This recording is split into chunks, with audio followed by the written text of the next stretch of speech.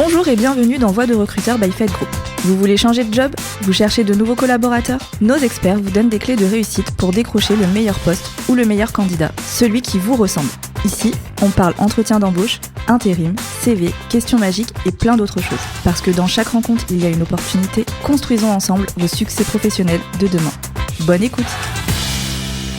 Bonjour et bienvenue dans Voix de recruteur by Fed Group. Je suis Sébastien Charmy, directeur associé au sein de Fed Group et je présente aujourd'hui Fed Human, notre cabinet spécialisé dans les métiers des ressources humaines et de la paye. Et pour ce nouvel épisode, en partenariat avec le cabinet, on aborde un sujet qui fait trembler toutes les directions RH, la rétention des talents.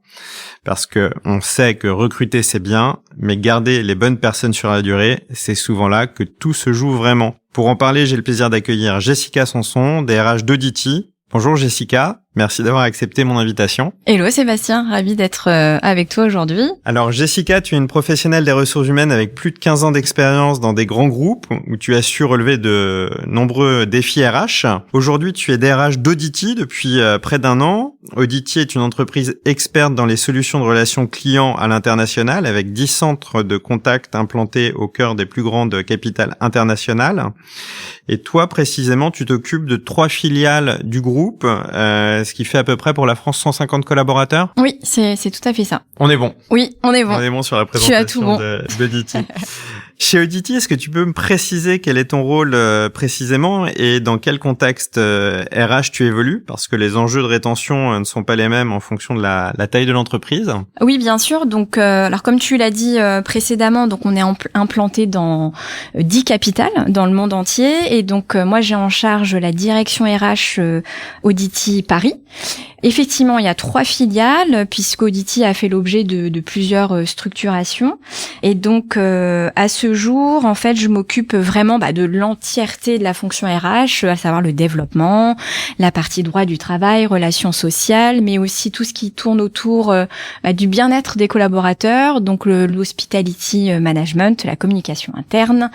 Et puis voilà. Et donc le contexte, tu me posais la question sur le contexte. Yes. Donc effectivement, le contexte, c'est qu'on est dans une période avec un projet qui s'appelle Audity Forward 2030, projet dans lequel notre objectif est effectivement de développer Audity, notamment autour de l'IA. Et donc on a des sujets autour des compétences, de l'adéquation aussi, rôle, responsabilité, etc. Beaucoup d'enjeux différents. Oui. Alors, on va rentrer tout de suite dans le vif du sujet, la rétention des talents. Ça a toujours été un vrai enjeu RH, mais depuis le Covid, on voit que le sujet a pris une dimension différente. Pourquoi aujourd'hui c'est vraiment devenu stratégique? Alors moi j'avais quand même besoin de revenir un peu sur cette notion de rétention, parce que c'est vrai que parfois ça me dérange un peu en termes de wording. En fait je pense qu'il faut pas avoir le sentiment ou cette action de retenir les gens. En fait, instinctivement, ça me fait penser un petit peu, tu sais, comme dans un couple, lorsque tu commences à vouloir retenir ton partenaire. Mmh. Bon, là, a priori, c'est jamais très bon. Et donc, moi, je vois plutôt les choses de manière assez basique. Et la question que je me pose, c'est qu'est-ce que je dois garantir au quotidien pour qu'un collaborateur ne se pose pas la question de partir. Donc c'est peut-être assez subtil et j'espère que je t'ai bien fait comprendre la façon dont je voyais les choses, mais pour moi la rétention en fait on est déjà dans l'action et ça veut dire que tu as déjà des dysfonctionnements. Et donc moi la nuance que j'essaie d'apporter c'est effectivement cette question que je posais là en introduction et donc quelles sont évidemment donc toutes les choses que je peux mettre en place pour mes collaborateurs de façon à ce que cette question ne se pose pas à un moment donné dans leur carrière. Même si parfois c'est ça qui se la pose. Exactement. Effectivement, ouais, t'as raison, j'y pense. Promesse, ouais. Je reviens au mariage. Voilà, pour faire le parallèle. Très très clair. Selon l'INSEE, le taux de turnover moyen en France c'est 15%, avec des disparités notables selon les secteurs. Comment tu expliques ça? Et est-ce que toi, tu as déjà été confronté à un turnover important? Ouais, alors c'est une bonne question. C'est une question qu'on se pose effectivement beaucoup, je pense, au niveau de la fonction RH. Alors moi, j'ai été dans des entreprises très différentes et en même temps beaucoup dans l'industrie. Et là, comme on parlait d'Audity tout à l'heure, plutôt dans du service client. Mmh. Et effectivement, je vois bien que selon les secteurs, on n'est pas sur le même type de problématique. Je m'explique un peu plus.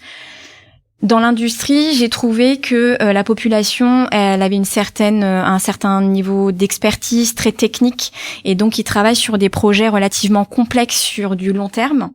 Et donc, de fait, les salariés ont plutôt tendance à rester parce qu'ils sont très investis dans un projet très concret avec un livrable très concret. Là où parfois dans d'autres secteurs, ça peut être plus difficile parce que c'est peut-être moins matérialisé, tu vois, ça peut être des projets sur un plus court terme. Et donc la question du renouveau se pose un peu plus facilement et peut-être un peu plus tôt dans la carrière d'une personne. Donc moi, c'est à peu près ce que j'ai pu voir durant ces 15 années en HR. Donc pour toi, ces 15%, il peut y avoir une grande disparité d'un secteur à l'autre, ou sur des secteurs, on va plutôt être à 30 et sur d'autres, on sera plutôt à 10 en fait. Oui, tout à fait. Donc il y a ça à prendre en question. Oui. Ok. Alors avant de parler de ce qu'on fait pour retenir les collaborateurs, est-ce qu'on peut parler de pourquoi ils partent? D'après le dernier rapport de McKinsey, donc de 2024, il y a 41% des salariés qui quittent leur entreprise principalement à cause du manque de reconnaissance et du sens qu'ils peuvent avoir dans leur travail, contre 28% pour une question de salaire. Donc pour moi, la rémunération, c'était numéro 1, mais on se rend compte en fait aujourd'hui que c'est plus la rémunération qui va en premier. Quel est ton regard d'experte là-dessus? Écoute, en fait, pour moi, le salaire, c'est un prérequis. C'est-à-dire que, alors, notamment dans un contexte géopolitique qui est pas spécialement très sécurisant et où les gens recherchent beaucoup de sécurité financière, je pense que c'est un sujet qu'il faut évacuer et ça doit être un non-sujet. Donc voilà, ça c'est pour la partie rémunération. Et en effet, une fois que tu as sécurisé ce sujet-là, c'est là que tu commences un petit peu à avoir vraiment les véritables dysfonctionnements de ton entreprise. Et donc revient souvent le manque de projection dans l'entreprise, le manque de reconnaissance, parfois le manque d'autonomie. Et quelque chose qui revient souvent, et c'est en lien aussi avec ce que je disais tout à l'heure sur la notion de projet, c'est le manque de vision. Et donc ça, c'est quelque chose, en plus les organisations bougent beaucoup, et donc ça, c'est quelque chose qu'il faut que la direction, donc c'est pas que les RH, mais c'est la direction, puisse bien comprendre et puisse bien appréhender pour donner cet éclairage de façon assez régulière aux équipes. Et donc oui, je suis assez d'accord avec ces chiffres. Je pense que le salaire n'est pas la seule raison, l'unique raison de départ des collaborateurs. À partir du moment où le prérequis a été respecté. Oui, c'est ça. Et dans la question du salaire, moi, il y a quelque chose qui m'intrigue souvent, c'est les collaborateurs qui peuvent accepter une baisse de salaire, par exemple, pour rejoindre une entreprise. Est-ce que, de par ton expérience, tu te rends pas compte que ces collaborateurs-là ont plutôt tendance à partir plus facilement que les autres parce qu'ils ont ont fait ce geste-là, cet effort au départ? T'as raison. En fait, je pense que ce sujet, il revient à un moment donné. Et j'aime très rarement ce genre de situation parce que je sais qu'à un moment donné, dans 1 an, dans 2 ans, ça va revenir. Parce que, justement, je parlais de sécurité financière. Et donc ce compromis qui est fait à un moment donné, donc c'est l'élan que tu as au début, tu rentres dans une nouvelle entreprise, c'est un nouveau projet. Quand ça s'essouffle un peu et que tu regardes un peu en arrière, c'est remis sur le tapis. Donc moi je suis très prudente sur ce genre de situation parce que je suis assez convaincue que ça reviendra à un moment donné. Et sur tes embauches, alors imaginons, t'as le bon salaire, tu fais une belle proposition à la personne. Est-ce que systématiquement aussi tu as une vision de projection de la personne dans l'organisation et tu te dis, cette personne, dans 1, 2, 3 ans, je sais comment je vais le faire évoluer par rapport à ses attentes d'aujourd'hui? Oui. Alors ça c'est pareil, ça dépend aussi beaucoup dans quel type de secteur et dans quel type d'environnement tu es. Je pense qu'il y a des entreprises dans lesquelles, parce qu'en fait tu parles de la notion aussi de mobilité, et donc ça c'est plus ou moins possible selon les structures. Mais oui, moi assez facilement quand j'ai des entretiens avec les collaborateurs, alors tu parles du potentiel aussi dans ce que tu évoques là, c'est des choses qu'on peut évoquer. Parfois les candidats posent la question.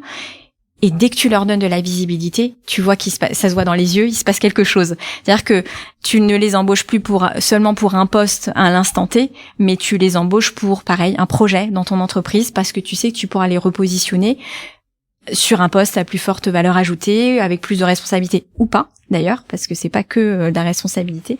Mais en tout cas, on est toujours sur cette vision, cette projection qui aussi permet d'attirer et de sécuriser nos collaborateurs sur leur poste. Ok, très clair.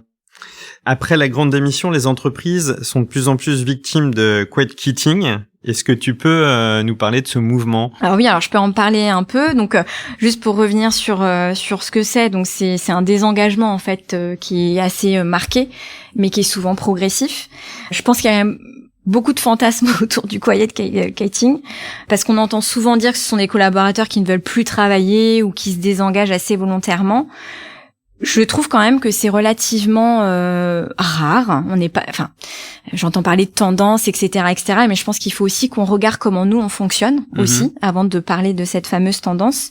Je pense que c'est aussi le symptôme d'une relation qui s'est dégradée, mais elle se dégrade pas du jour au lendemain.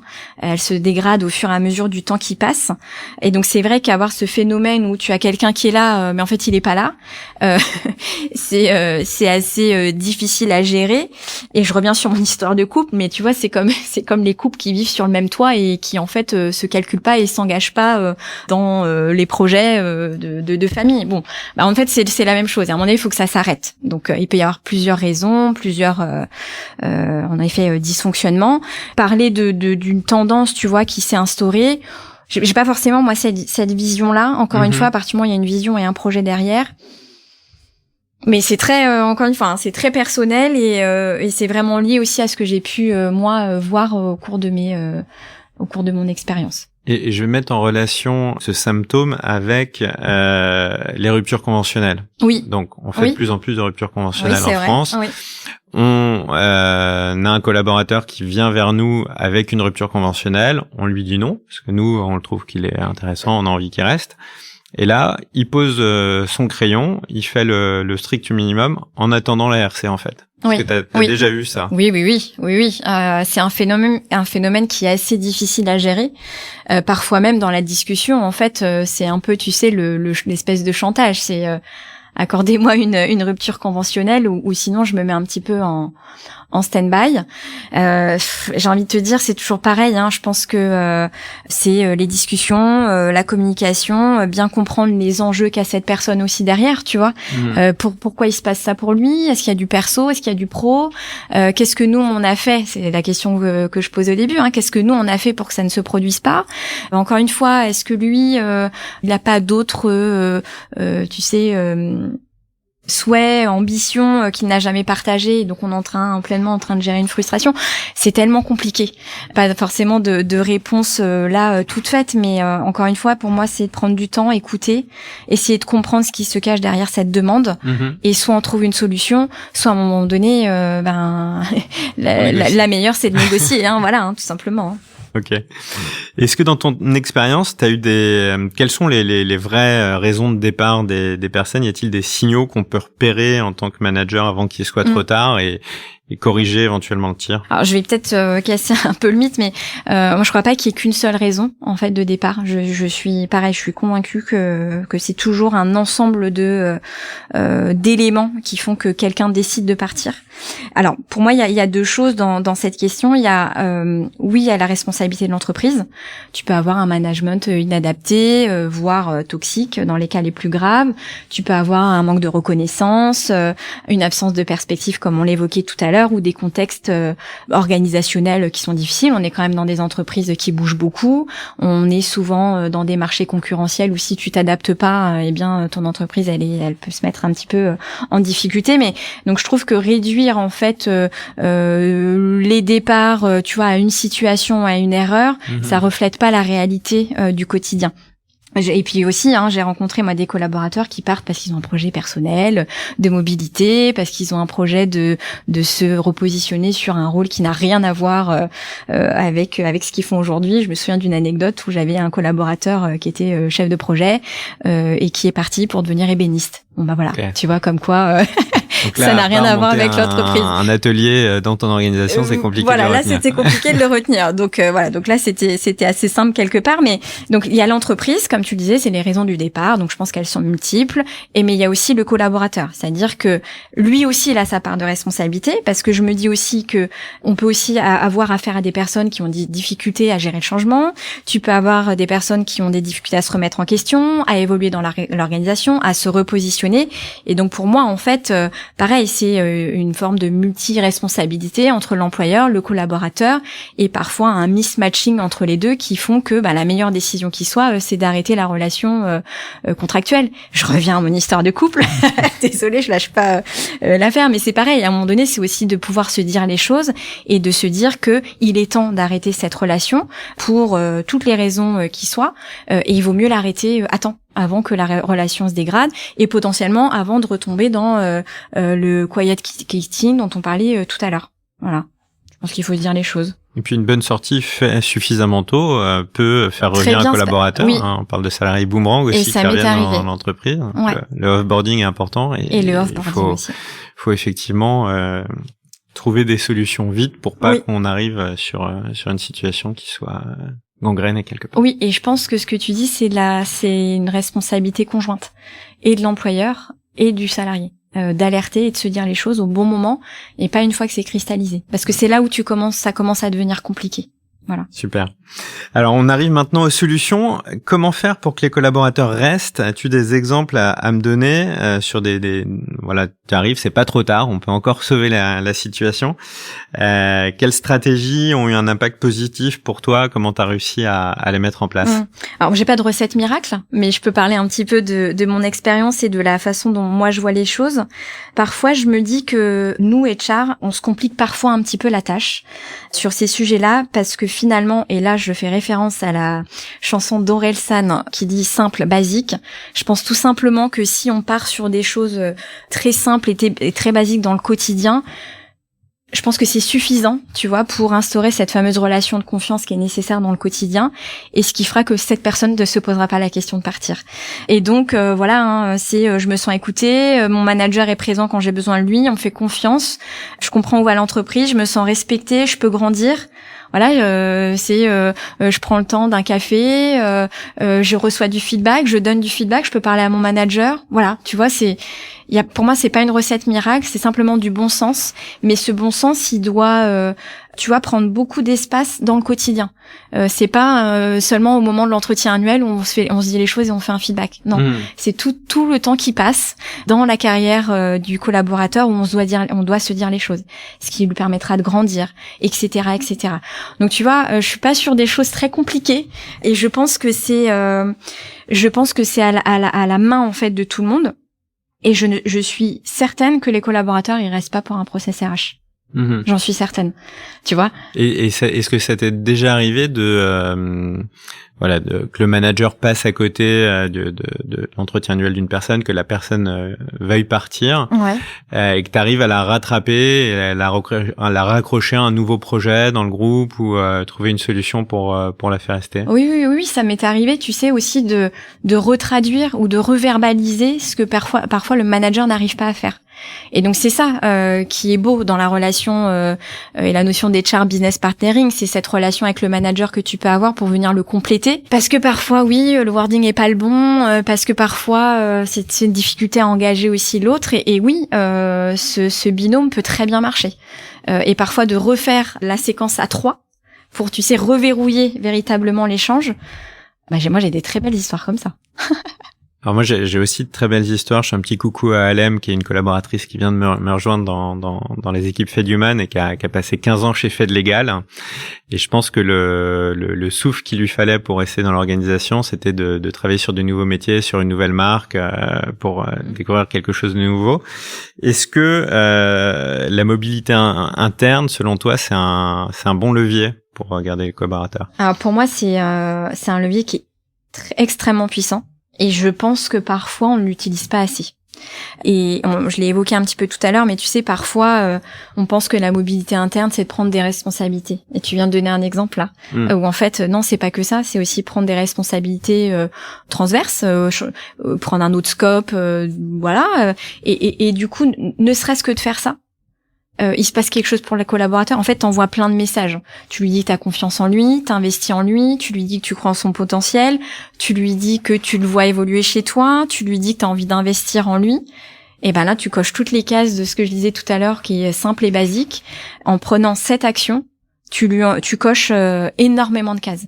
Et donc oui, pour moi, c'est un levier qui est extrêmement puissant, que l'on utilise peut-être encore une fois pas suffisamment, ou parce que parfois on pense qu'un simple, mouvement ne sera pas suffisant. Mais en fait si, parce que t'envoies un message hyper fort et ça c'est suffisant.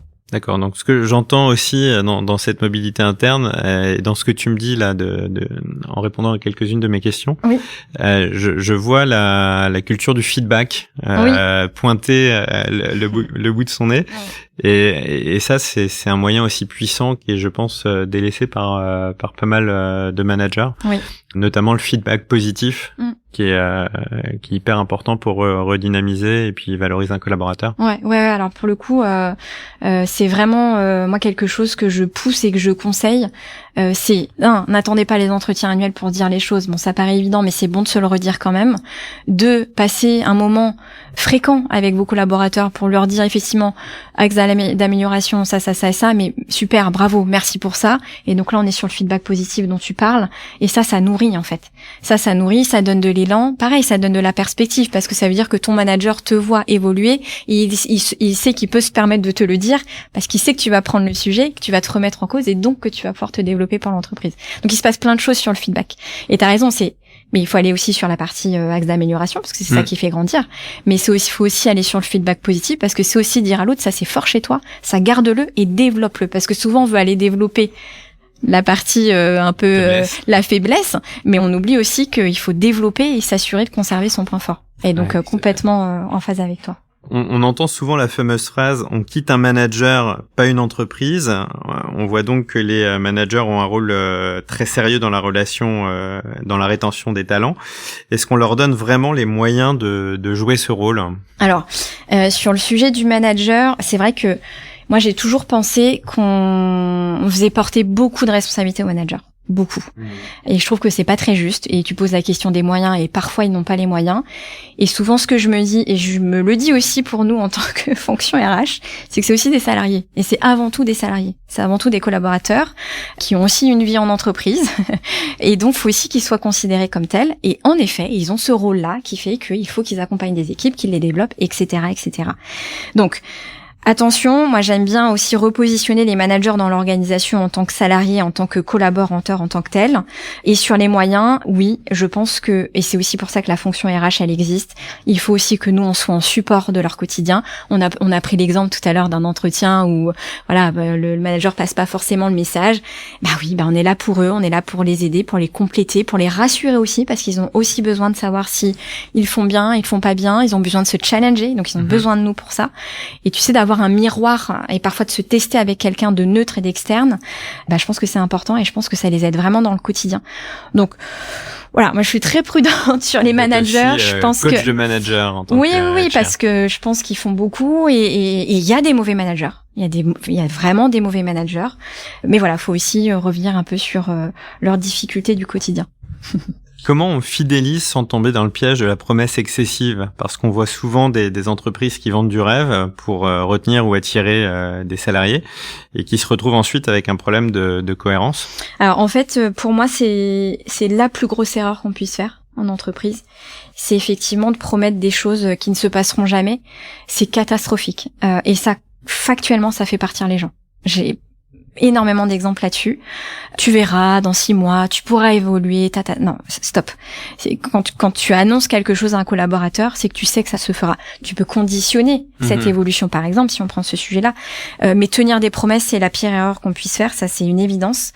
Et donc moi, j'ai une approche qui est assez simple, en fait, c'est-à-dire que je pense qu'il faut se dire les choses de manière concrète, et je pense que les gens apprécient plutôt le « je ne sais pas », le « non » ou peut-être que parce qu'aujourd'hui j'ai peut-être pas tous les moyens, et de se dire les choses.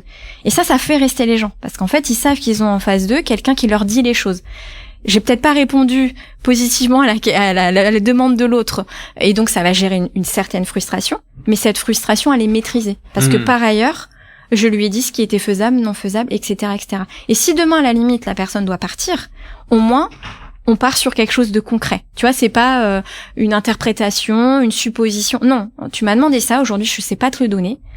Ok, si c'est ton projet du jour et que tu peux pas attendre 4 mois, 5 mois, 6 mois, c'est juste que tes ambitions sont plus rapides et plus fortes que ce qu'on peut t'offrir aujourd'hui. C'est pas grave. On force pas la relation, on fait pas de la rétention sur quelque chose qu'on sait pas offrir à quelqu'un. Ça marche pas bien, c'est catastrophique. Mais ça t'est jamais arrivé de faire une promesse à un collaborateur, toi ou le manager, au moment de l'embauche, au moment du contrat? Alors, je sais pas si vous l'avez formalisé par écrit ou pas. Ouais. Et puis, à la date fatidique, on se rend compte qu'on peut pas faire. Comment ce serait possible, tu vois? Je vois pas comment je sais pas quel serait le sujet, tu vois, mais il y a forcément des signes. Une progression, une augmentation de salaire, et comment on gère cette situation où le collaborateur attend quelque chose et au bout de 6 mois, 1 an, on peut pas lui donner. Ah bah là tu gères un départ, hein. Là à mon avis tu gères un départ. Non mais elle est difficile cette question parce que c'est ce que je te disais. Promettre une augmentation typiquement alors même que tu sais pas comment sera ton budget de l'année passée, c'est une énorme erreur. En fait pour moi tant que factuellement t'as rien dans ton sac à dos, tu vois que tu peux montrer à ton collaborateur, faut pas y aller. Donc en fait j'ai du mal à un peu aller sur ta question parce que encore une fois pour moi c'est tout ce qu'il ne faut pas faire. Tu peux partager avec l'autre les ambitions que tu as pour lui, potentiellement ce que t'aimerais pour lui, mais il faut pas que ce soit un engagement. Tu parles de promesse, donc promesse pour moi c'est un engagement. Ouais, c'est t'as mis un sceau, t'as posé ta signature. Bah non, la discussion oui, la projection oui, mais l'engagement non. Si tu sais pas faire, non. Si tu sais pas que tu sauras faire, faut pas le faire. Donc premier conseil, on met pas n'importe quoi dans une annonce. Ah non. De recrutement. Jamais. C'est frustration assurée. Et merci Jessica. L'épisode touche à sa fin et pour conclure, je voulais te poser une dernière question. Quand on parle de rétention des talents, quelle est l'action à lancer dès demain et l'action à arrêter immédiatement? Alors, l'action à arrêter immédiatement. On ne fait pas de fausses promesses dans l'annonce. C'est ça. On fait pas de fausses promesses et je reviens sur Orelsan, simple et basique. Demain, faites simple et basique. Parlez à vos collaborateurs, dites les choses, soyez francs, honnêtes, transparents, feedback. Voilà, considérez-les et quand vous savez pas faire, on fait pas et on dit rien. Jessica, merci beaucoup pour cet échange riche et très concret. Il donnera sûrement des billes aux directions RH pour gérer la rétention de leurs talents. Si vous avez aimé l'épisode, n'hésitez pas à partager ou laissez-nous une étoile ou un commentaire. Et pour ma part, je vous donne rendez-vous pour un nouvel épisode très prochainement. À bientôt et encore merci Jessica. Merci à toi. Merci pour votre écoute. Nous espérons que ce temps de partage vous a plu. Abonnez-vous pour plus d'histoires professionnelles et de témoignages enrichissants. Suivez-nous sur LinkedIn et retrouvez nos offres d'emploi sur notre site carrière fed-group.fr.